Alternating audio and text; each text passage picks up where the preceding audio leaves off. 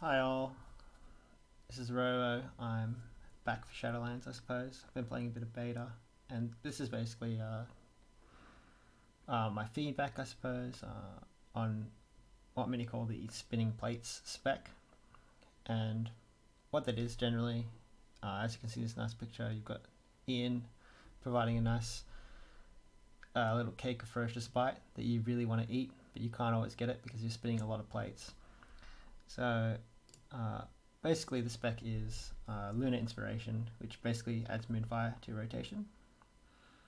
And the choice that you would typically take in BFA over this is Sabertooth. Sabertooth basically means you cast Rip once, and from then on you just refresh it with Ferocious Bite. So you go from having two finishers down to one.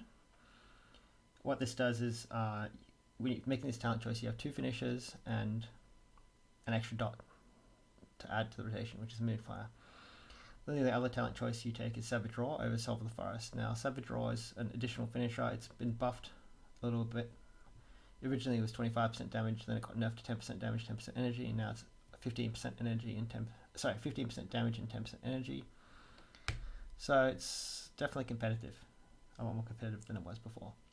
So taking that, you basically every 36 seconds you have to cast Savage Draw, and it'll increase your damage that you deal while you're in cat form. Originally it did increase your damage outside cat form, but then they nerfed that for probably PvP reasons. You take Brutal Slash because it's the only single target talent in that row, and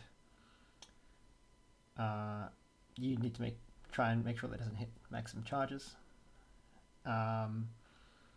And then you take Blood Talents. So Blood Talents increases, the current iteration on beta is that if you cast 3 combo point generating abilities within 5 seconds, you get 2 charges of Blood Talents, which is 30% extra finisher damage. Finishers being Ferocious Bite, Primal Wrath, and Rip. So audience for this is probably people who play Feral, not just people who want to see this amazing glorious spec. So what I'll do is I'll switch across to the video that I prepared earlier, which of course I didn't have open. I didn't use the Covenant ability with it, but basically it's pretty much going to play the same unless you take Night Fae. And the reason for that is Night Fae, there is some interaction with class abilities it casts. Venthia, basically you just do more dam during your cooldown. Kirin, you just use it once a minute. And Necrolord, you just add an extra dot to your rotation and it'll make your dots do more damage. So hopefully I can open this up. Yep, okay. So let me just full screen this.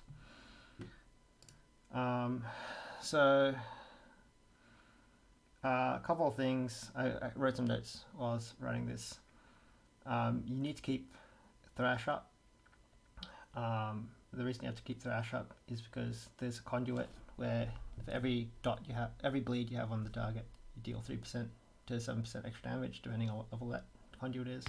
On your first bite, the bleeds are Rake, Rip, Thrash, and Feral Frenzy if you take it, which I'm not going to go into in this video. Feral Frenzy does a good chunk of damage at the moment with no gear, with 150 eye level, which is far below raid level gear, which I think is probably around 200. So Shred does deal more than Thrash, about 100 damage more than Thrash on average when I was looking at it at this gear level. Thrash scales with Mastery and Haste. Shred does not on a per cast basis. So at some point Thrash will probably just do more damage than Shred, and then you'll add it to your rotation. In terms of whether this is originally what I tried doing was I played it and I said, I only cast Thrash if I'm going to cast Ferocious Bite as my next finisher. So in that set of 5. But then I realized, okay, over 5 minutes, you're going to cast, for 100% Thrash uptime, you're casting Thrash 20 times, which means that's 2,000 damage. And so 2,000 damage loss over 5 minutes is 6 DPS. And you probably need to cast Thrash 10 times minimum. So it's really looking at 3 DPS loss. 3 DPS out of like 2,000. So it's very, very minimal. So I think for the sake of simplicity, you probably just keep Thrash max uptime. I open with Rip first, followed by Savage Roar. I think just Rip does more damage. You don't need the energy in the opener. Something that Guilty as and Bear Slight have mentioned as well is that Berserk's a terrible cooldown. It doesn't really add much in terms of if you're lasting on pull, you're overcapping energy. So based on a 5-minute encounter, which is basically what a sim would do anyway, I've opted to do Berserk 1 minute and 4 minutes. I could have opted at 30 seconds and 3:30, but anyway, I'll discuss that. So you can look at my keybinds on my first bar, and I think almost all of them are mandatory. So you need Shred, Rip, Tiger's Fury. That's usually 4 slot is usually Primal Primal Wrath, Moonfire Regrowth, Savage Roar, Rake, Ferocious Bite, Brutal Slash, Thrash. There's actually a lot, pretty much the entire bar is full. I have Focus Rake as well. So the only button there so you've got like 10 buttons minimum that you're using more frequently than every 30 seconds. Yeah, so there's a lot of buttons to push. So I'll just go into the opener. So I open with Stealth Rake into Moonfire, Brutal Slash to 5, and that should trigger Blood Talons, because yeah, that's 4 different abilities to include Shred. Followed by put Thrash up into Savage Roar. And the reason I opted for that particular opening is so you can get the Moonfire refresh with Tiger's Fury and the Rake. Now, for people who've been playing Feral for a while, there's obviously the pandemic mechanic. So if you refresh under 30% duration, then that duration gets added to your next dot. But you also have to remember that all of your dots snapshot.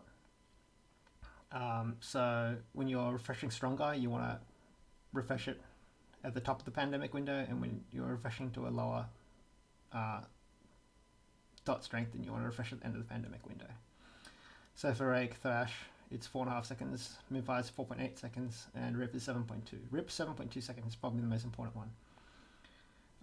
Rake, you basically just refresh twice every Tiger's Fury cycle, and Moonfire is close-ish. So we'll talk about stats a bit as well. This is a bit random. So I actually have Leader of the Pack. I have Leader of the Pack, and the reason why is because at this eye level you cannot maintain everything at 18% crit.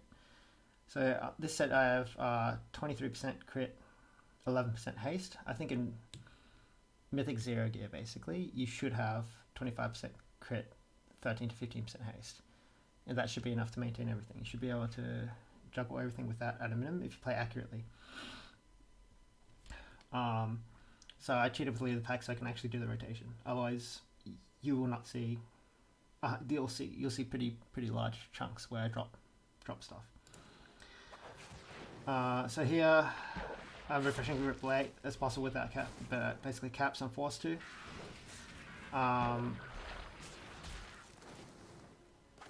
So you can basically see you can't really play that risky with this level of generator stats. So pretty much Savage Roar I'm always refreshing at the pandemic level, and with Tiger's Fury in particular you want to try and get 2 finishes for every Tiger's Fury.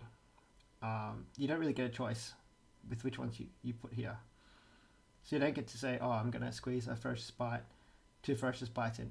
It doesn't really allow that because of the way the durations are set up. So you can see Rake's coming up. I'm going to refresh Rake. There's a lot of pooling happening, and then I clip 1 second of Rip to get it empowered. There is a lot of pooling. Something that I noticed as well that's pretty important is that because you're so energy starved, you need to make sure you use let me pause here. You have to make sure you use every single Omen of Clarity proc on Shred Shred versus Brutal Slash. Shred does about 200 less damage. So I think it's 700 versus 900, so it's not too much difference. But the energy gain is a big difference because 40 instead of 25. So if you use too many clear castings on Brutal Slash, if you use 2 in a row on Brutal Slash instead of Shred, you basically lost a Shred. And what that means is that you're not going to have enough combo points. So it's relatively punishing at this gear level. I pop Berserk just before my third Tiger Spree, which is 1 minute in. And then basically you're just going to see what I do. So I'm just going to dump into Ferocious Bite. And then I'm just going to keep everything up. Obviously use Brutal Slash when Tiger Spree is up because it does more damage. It's just hardest hitting generator ability that isn't a dot. And you can see this is something that definitely takes practice to keep everything at max uptime. And then on top of that, you also have the added complexity of managing your pandemic window for your snapshots, which can probably add a 2 to 3% DPS.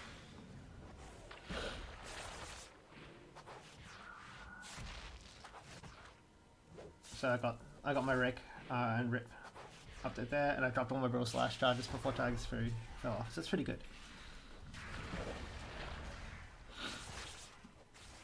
So here I'm trying to cast Rake as slow as possible when I'm pretty much forced to. I get a clear casting proc, so I want to get rid of my Rake and spend my clear casting so I don't drop my NT.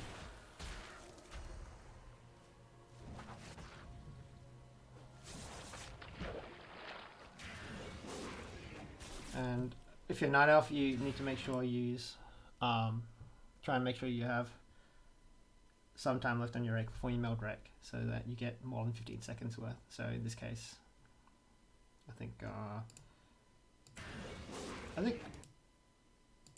meld Rake is pretty strong. So I got 3 seconds, I think. I'm not decently locked. Oh, only 2 seconds. I think it's because my Rake time is very tight. I don't actually drop any Rake uptime in this particular run.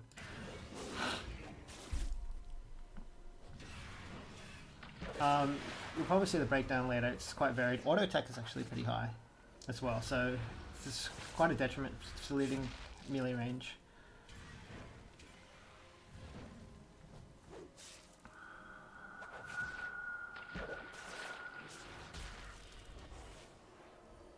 If I refresh Real Slashes, I think this is where I want to refresh Rip, which I do.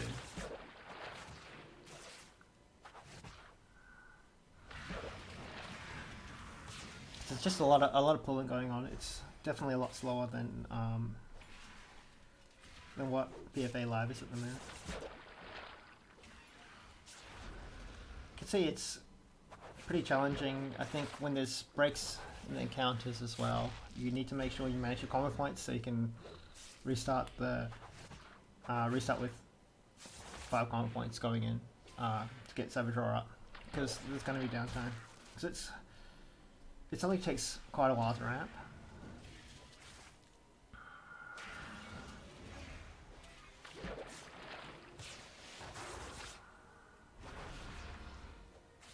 And here, as I'm going into my TF, I obviously want my buff Rip. So Rip does about, in this build, it did for me about 20% more damage than Ferocious Bite per cast.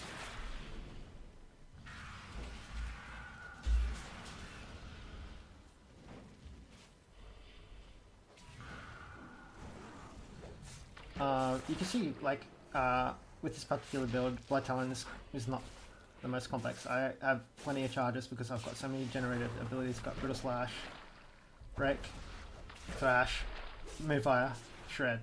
Like, is that 1, 2, 3, 4? Yeah, 5. I've got 5 different generators that I can use in a single target. So, it should be pretty crazy.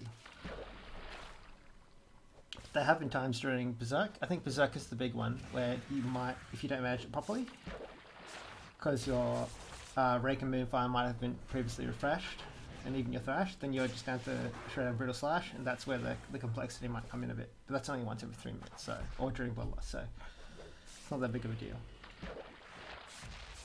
I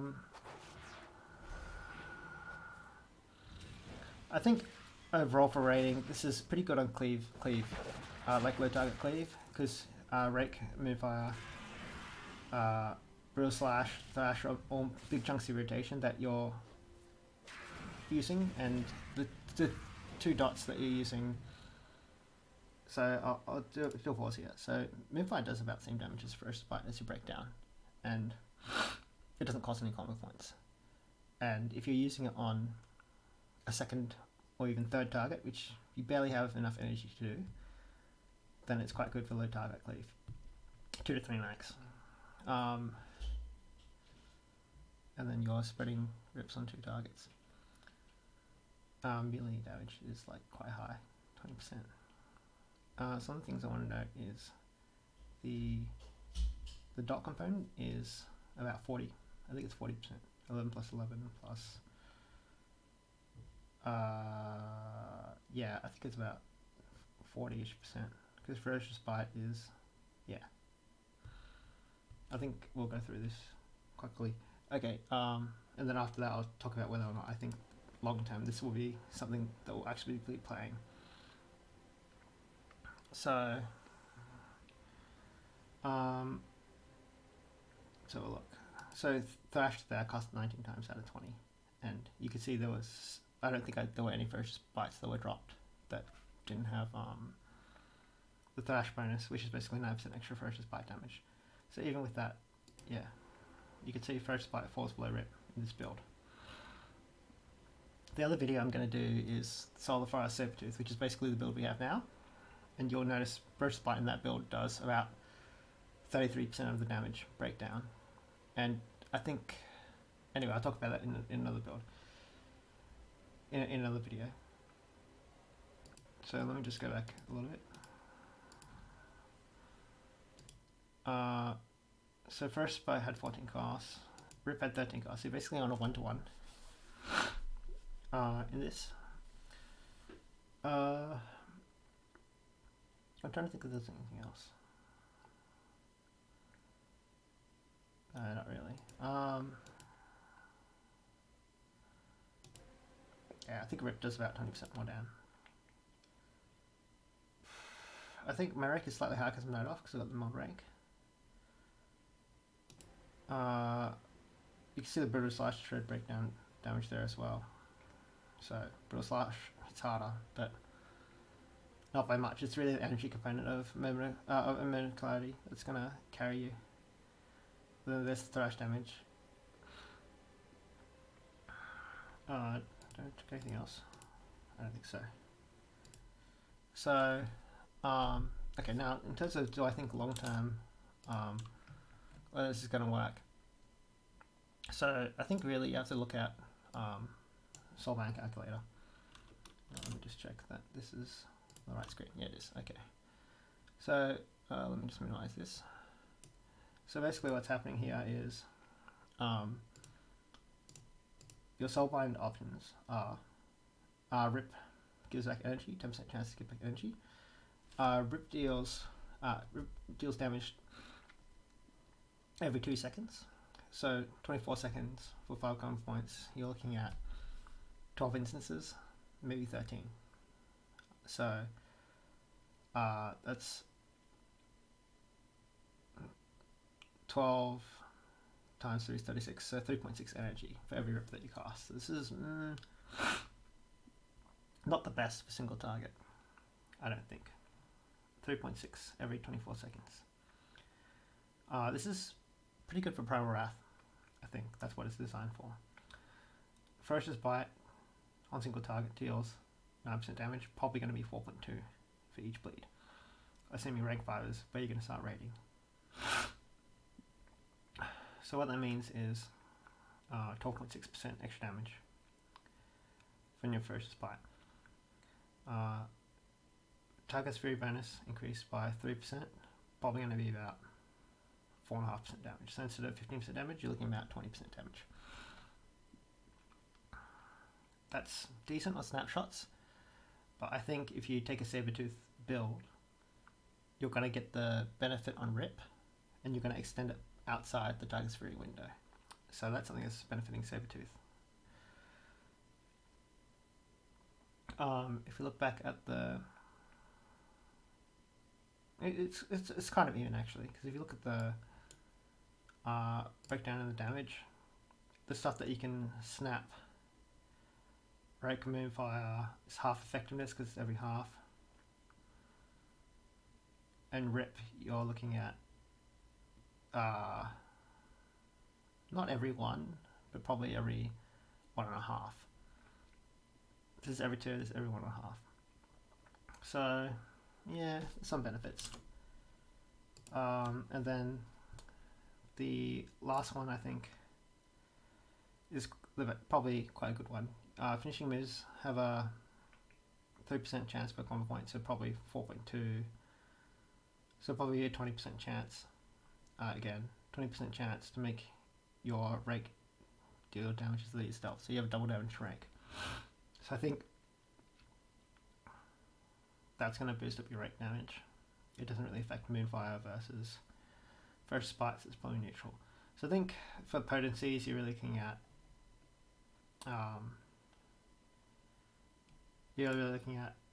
Sabretooth probably being better. And the other thing is Night Fae. If I just change this one, you have the Night Fae damage ability, which is while channeling Convoke, your damage is increased. So that actually benefits Sabretooth significantly more than Lunar Inspiration. So I think on Conduit side, you're definitely looking at Sabretooth instead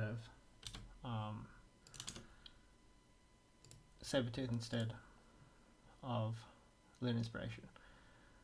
Now the other thing is legendaries. So if you open up legendaries, I think a lot of them are definitely more built around Ferocious Bite. So if you look at Druid Runecar 4, so if you look at this, this is probably the best one single target for this build. Moonfire, Rake, Rip. This is basically a Feral Druid legendary because whoever designed this, if you're playing Moonkin, your Moonfire damage is not 30% of your breakdown. If Moonfire is like 20% of your breakdown, and you get a 30% benefit, it's like 6%. No, that's actually okay. Maybe. But it doesn't seem that strong. Let's look at the breakdown again. So you're looking at close to 40%. So 40% by 30% is on pure single target. It's looking good. So it's 12% damage. It's probably the strongest legendary you can get. Your dot effects deal their damage in 25% less time. Seems pretty good. What that will mean is that you drop off your shreds, and then you'll have more Moonfire. But the problem with that is that your effectiveness with Tiger's Fury is going to diminish a little bit because you have a higher proportion.